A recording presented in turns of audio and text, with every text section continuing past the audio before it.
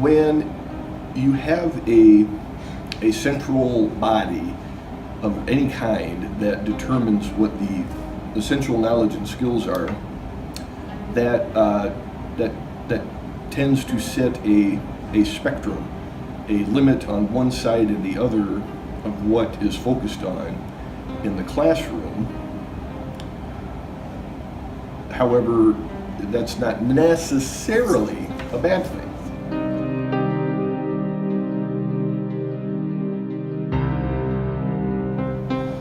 Well, I deal with two very, very different types of standardized tests.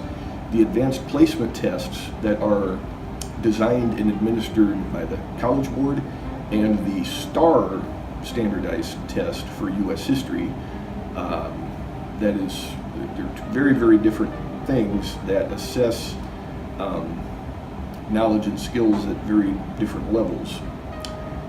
I find that having the advanced placement exams in human geography, one of my subjects, at the end of the year serves actually as a useful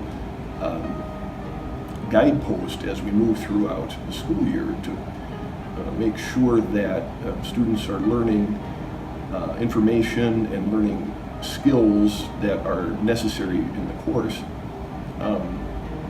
For U.S. history, the STAR exam,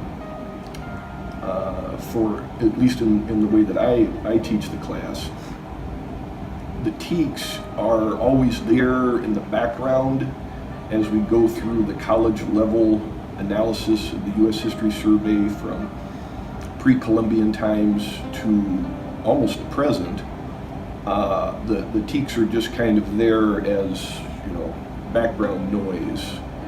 And I always finish the scope and sequence of the U.S. History Survey for college credit by usually the second week after spring break, so that we can do a very intensive 4.5 week recap of how and where the Texas Essential Knowledge and Skills, the TEKS, fit into the college level U.S. History Survey. And then the students do very well on the STAR test.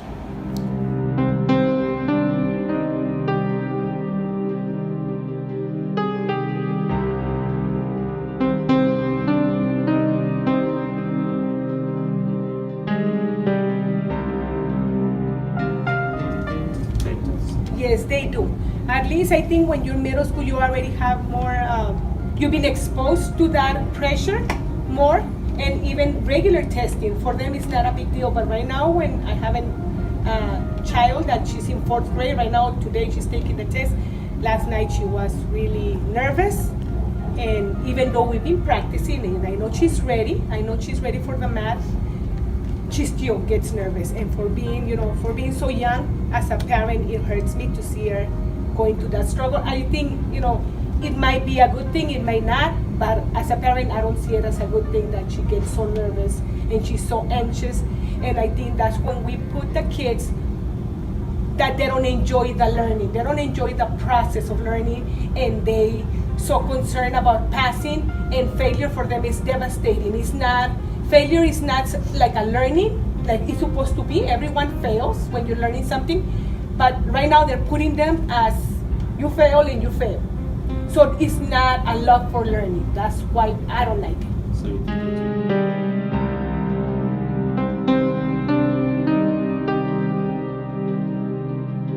Standardized testing classes? I sure don't. And I'm glad and I appreciate the teachers, and I feel for the teachers that have to. Okay, so have you seen any differences between your teaching and their teaching methods? Yes, I am blessed to be teaching an elective, because I can, with all these years, I know what my students need. I know what is important for me to teach them. And I think the other teachers are limited. They have to follow somebody else that tells them the guidelines. What is it that they need to know? They need to know this, and this. In my field, I know I'm continually learning, and I know what is it that they need, and how I need to prepare them. And it's up to me how I'm gonna deliver that, and what is it, because my field is always changing. So I'm always have to be on the lookout. What is it that my students need?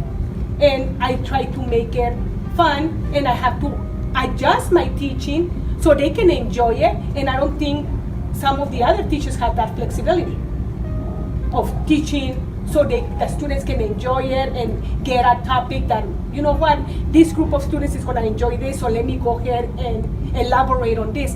They don't have that option. I think they have this so rigid. In my case, I am blessed to be able to adapt to my students' needs.